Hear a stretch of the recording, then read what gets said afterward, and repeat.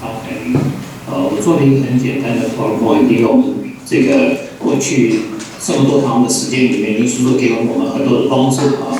那我想我很快的提一下我们怎么认识，怎么开始，所以我提一下啊，这个我应该把这个 open 一下，对不对 ？Sorry， 我利用这个过去这么多堂的时间里面，林叔叔给了我们很多的帮助啊。那我想我很快的提一下，用这个第一个 cover page 啊，怀念我们祖辈林三纲叔叔啊，我们以前一直都称他为林叔叔。我想简单的提一下，就是我是1971年到1975年在这个 UMass 念博士学位的，那么那个地点是 Amherst Massachusetts。那个时候是在美国各大学里面兴起许多的查经班，所以我们很自然就加入了查经班哈。那么在借用的地点是当时的 Amherst First Baptist Church， 聚会的时间是每个礼拜5的晚上7点钟。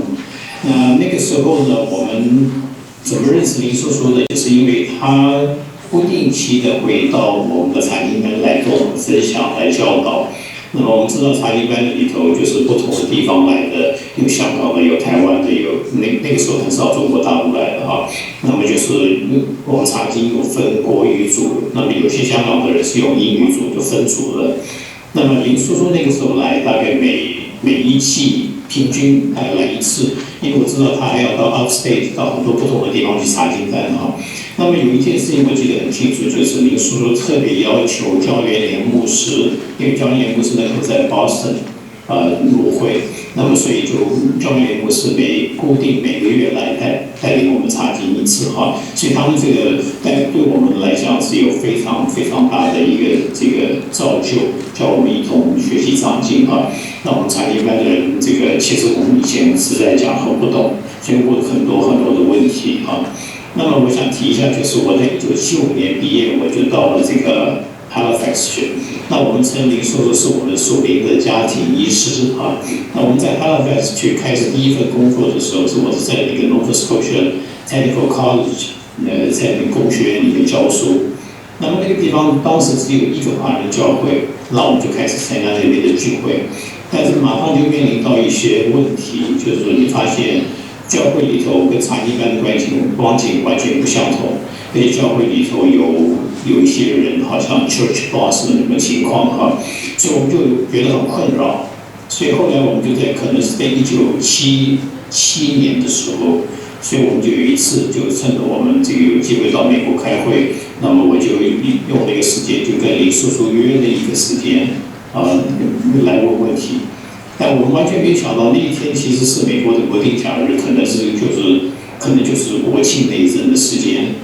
但是林叔叔就把那一整天留下来给我们，所以回答我们好多的问题。我们从早到一直晚到晚哈，这个一共我们大概用了至少6个小时。我们印象里头，我们录满了7卷的那个cassette录音带问题哈。那么林叔无论我们问什么样的问题，他的回答都是根据圣经，而且非常仔细哈。所以这个凯琳跟我讲，我们说林叔叔的回答问题的方法好像是问1答10哈。有的时候他会回答一些比我们想象到还要多的问题，因为他看的比我们看的多了太多。所以对我们来讲，就是从我们属灵生命长进里头来说，他是我们家庭的属灵的家庭医师啊，有问题我们会专门跟他请教。那么从1980年我们搬到本科来，我在 UBC 大学里头教书啊。那么林叔也多次到温哥华的教会来，这里有 Vancouver Christian Assembly， 那么也有来过这里夏令会啊，所以我们有机会相聚，我们用餐，我们交通，我们还是问很多的问题啊。那我个人觉得最特别的，我印象深刻，我是讲一个点哈，就是罗马书6章那里不是讲到我们向罪要算自己是死的。那我当初从前问他的这个问题，因为我们怎么看自己都不死。结果我去问这个林叔叔的时候，林叔叔跟我说：“你当初怎么信主的？”那我就回答比较奇怪，他就说：“你这是从启示来的，所以你需要有圣灵的启示哈。”所以一下子就解决了我的问题哈。那么，所以我们称这个林叔叔是一个最好的牧人啊。那么，我们知道传道的人很多，但是有为父的心的人确实不多啊。所以林叔叔是一个最好的典范。那么，这个我想神力给他这么多恩典，让他这个有这么这个丰富的各个地方这个供应教会哈。那么这么多年来给了我们许多的帮助，我们也相信他造就了许多的教会哈。所以就像启示录我们也讲到的，如今息了自己的劳苦，周国的果效也随着他哈。所以我们每次想到林叔叔都感恩不尽啊。我也就简单的这样交通一下，好吧，谢谢。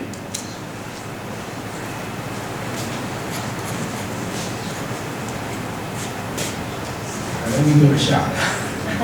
You have to forgive me. I'm 70. My memory is not as good as you guys.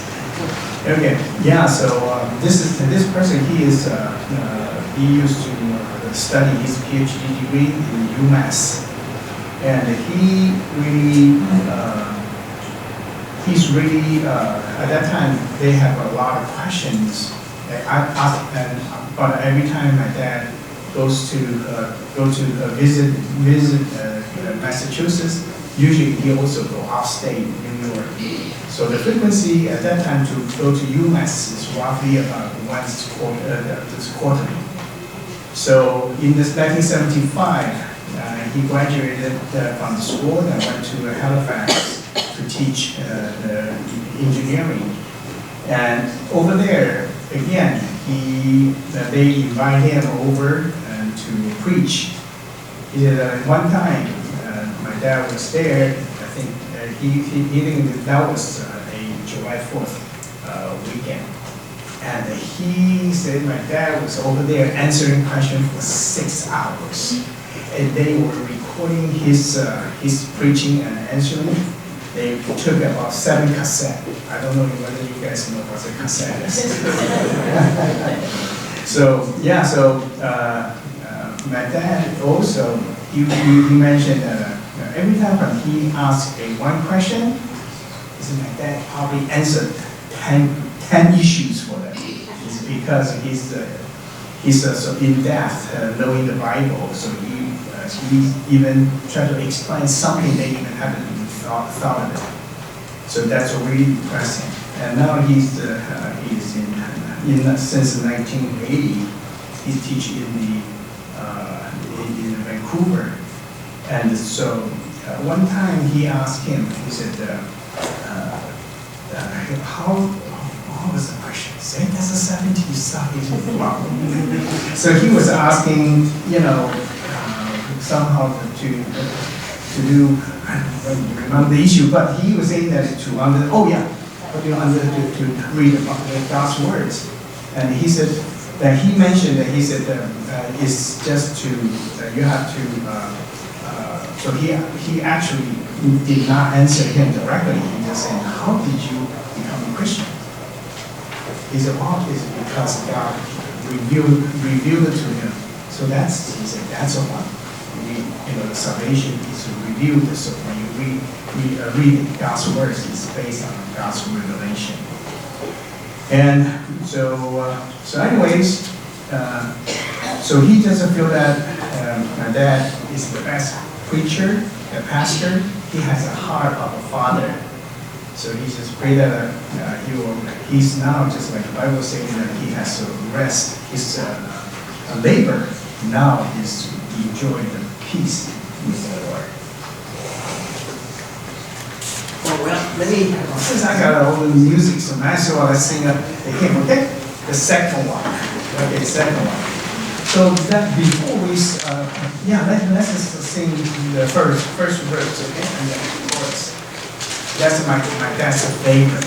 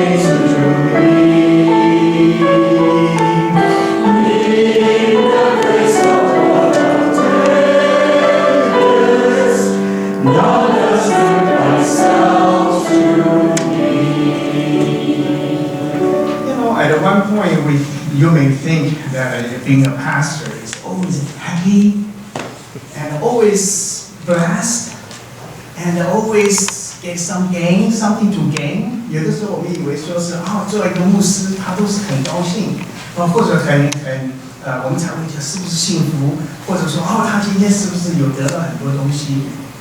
但是我在想，我父亲他很多的东西都是神给他的有些打击。But yet, my dad really blessed is after he been stricken by the situation. So many times, I think at one point, my dad was, because he has different principle with the witness lead. And then, at that time, we had 8 children already. But at that time, the local church excommunicated him. So you think it is a blast? So they excommunicated him, and then at that time, there's 5 people. They are all from China, from Watchman Nee to Taiwan, to start the ministry, to build the church. Then they reject him. After they reject him, I remember every night, those 5 brothers, they were always in the living room, they are praying. I heard those men, they were crying out to the Lord. And at that time, there was one brother who owns the transportation, the shipping company in Hong Kong. So since my dad used to work in the shipping port, so they say, hey, why don't you work in my company, and I'll make sure that you got enough money to support your family. So my dad and my mom, they prayed about it, and then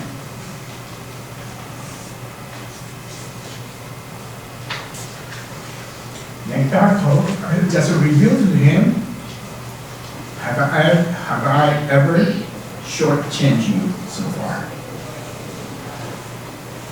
So if you know those days, the pastor doesn't have a salary. They're always based on God's provision. So that God basically asked him, hey, for all these years, even though you have 8 children at that time, have I ever made you changing? So my dad just decided, no, he continued to press on. So at that time, he ended up with start a church in Taiwan, and many people being benefited, and then he came to the United States. 所以我在很快的在翻译我自己毕竟我在说，我们有的时候我们觉得在服侍神的时候，是不是都是好的事情，是好的事情，但是常常有的时候，当我们今天在对我们有好处的事情上，我们没有办法认识神。神借了很多的难处，今天就是让我也让我父亲更经历他。所以在这个我记得我在小学5年级的时候，我们那个时候是因为父亲跟这个李长寿弟兄，他的对教会的立场不一样。因为李长寿弟兄觉得说，只有聚会所是被蒙神拣选的，不准我父亲去，不准他们几个就是当初李周生弟兄交给带他们到台湾，把他们派来台湾开始了聚会所的，就不准他们去跟别的教会联络，不准跟校园团契。校园团契，我爸爸每天早上都是开车去他们洗手晨间的，就不准跟他们有神的话语上的联络。那我父亲他们还是继续，他们觉得不是神的带领，所以他们还在继续跟这个外面的聚会的教会跟他们有联络。那他们就觉得是说你今天我爸爸那时候，我记得我父亲就是在做见证的时候，他就说他们很有饥渴，对神的话语有饥渴，所以他就说你今天如果是去喂养他们，你就等于是你在喂养这个浪子，所以浪子永远不会回家。但是这个东西，我爸爸他就绝对不同意。在不同意了以后，李长寿他就从他就是从这个美国那个时候来到台湾，把他们5个人，就是我父亲魏建章，史国成，何广明，还有一个70岁忘记的人，所以有5个人，那他们就把他们就给他们不给他们的教会有服侍了。这个时候我父亲我们家有老8了，一直到老8了。那个时候我们家的经济就马上就是很 obvious 产生问题。但是呢，所以那个时候在这个董浩云那是这个传网，他们那个时候就是一个基督徒，他就给爸爸一个 offer， 因为父亲他在全世界以前他是在这个造船厂做事的，他是机械系工程师被派到台湾的，所以他们就是给他很好的 offer， 就说你的家你就是来这边做事，可以不需要你就经济上面就不需要我很担心。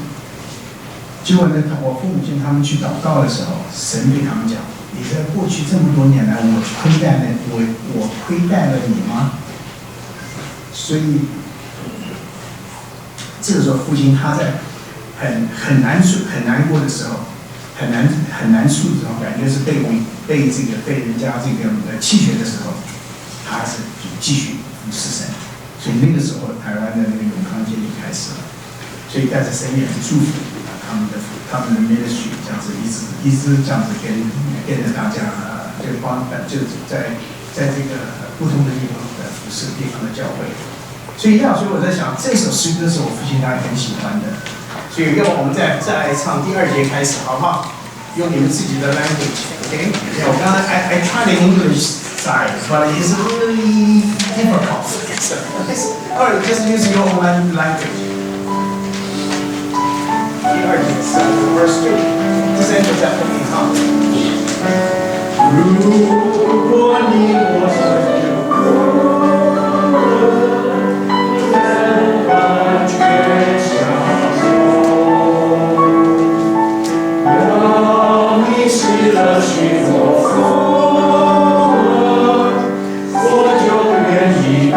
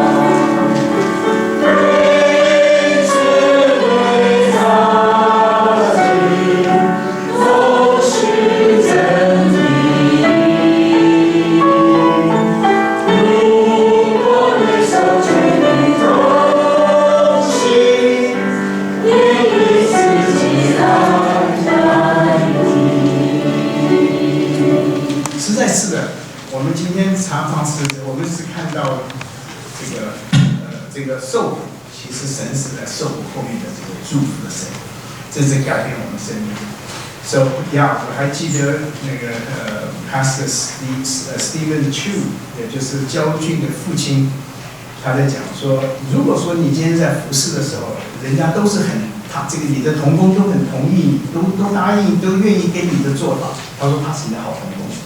但是如果你今天在服侍的时候，如果他什么东西都在那边给你这个不太同意你，他说他是你生命的好同工。So yeah, I remember my dad's service. I just remember the teaching from Pastor Stephen Chu. That's Joseph Chu's dad. That he said that if you have a coworker in the church who always agree with you, he is your good coworker.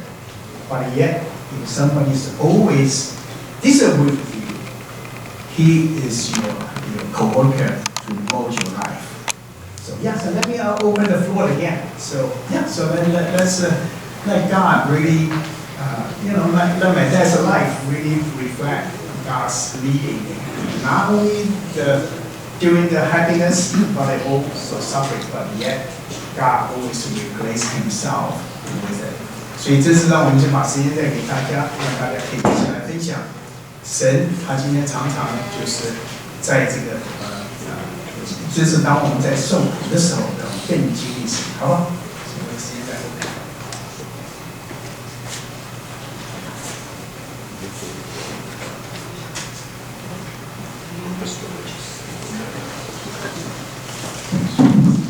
Hello, everybody. My name is Dan Wu. I'm from Los Angeles, California, and I'm so happy to be here tonight to honor Limbobo. And it was hard to come here because I had to explain to my wife why I was going all the way to New York. And I realized, even though I'm married, I didn't ever tell my wife about my life early on, how I became a believer, how much Limbobo and others were created the world that we lived in. How we first got introduced to Jesus, and so that's why I'm here. I said, honey, remember when you were so there's a pastor here in New York City that passed away recently, Tim Keller. And my wife loves Tim Keller and had to watch Tim Keller's memorial service online and made it up. She stopped work and had to attend not attend, but watch it online. And I said, it's the same thing with me of having to go to New York, because even though I was only a child, but so many of my fond memories are around actually the New York Summer Retreat, which Limbobo started. There's a picture that I remember of the early days of the New York Summer Retreat. Actually, it's like 1973, if I'm correct. And there's a photo of Limbobo and a bunch of other people. My dad's in that photo, very young, holding my second brother Tim in that photo. And later on, those summer retreats were so instrumental, probably not for me, but for a generation of Chinese Americans in terms of learning about God, learning about their faith. So that's what it means to me, and that's why I'm here. I probably don't recall any direct conversation with Limbobo. I was just a small child, but I did run into him in 1988 when I was a freshman at Cornell. I was going to English Bible study, and he was on his way out on a Saturday, because he was there leading some Chinese language Bible study, and he actually recognized me. He said, "Hey, Xiaoming." So that's the one time we had a direct face-to-face conversation. But of course, I knew him so well, but never spoke to him. I asked my mom, who couldn't make it today, just some questions. I mean, we know the Lim family so well, but I asked my mom, I said, do you remember how you first met Limbobo? And she actually told me something I didn't know before, which was her best friend, Judy, was in New York City prior to the time the Lim family moved to America, and she was at Columbia University, and she said she came back and told my mom, wow, there's this amazing Christian preacher at Columbia who's just, visiting, right? And then my mom said, oh, wow, we have to go see him. And then you're like, no, we're going to tell, we got to tell, what's his name? Dr. Robert Shooting, right? About him. And so I guess one thing led to the other, and then they were able to come to America, and that's how the story goes. But that's amazing, God's providence, God's plan for Nwobo's life and the ministry he had here in the U.S., which is just amazing. That not only did he plant a church, shepherd a whole family, but also went off into Massachusetts and upstate New York to preach the gospel. So today is a celebration of a life lived for God and for His purposes. May it all be a lesson to us. Thank you.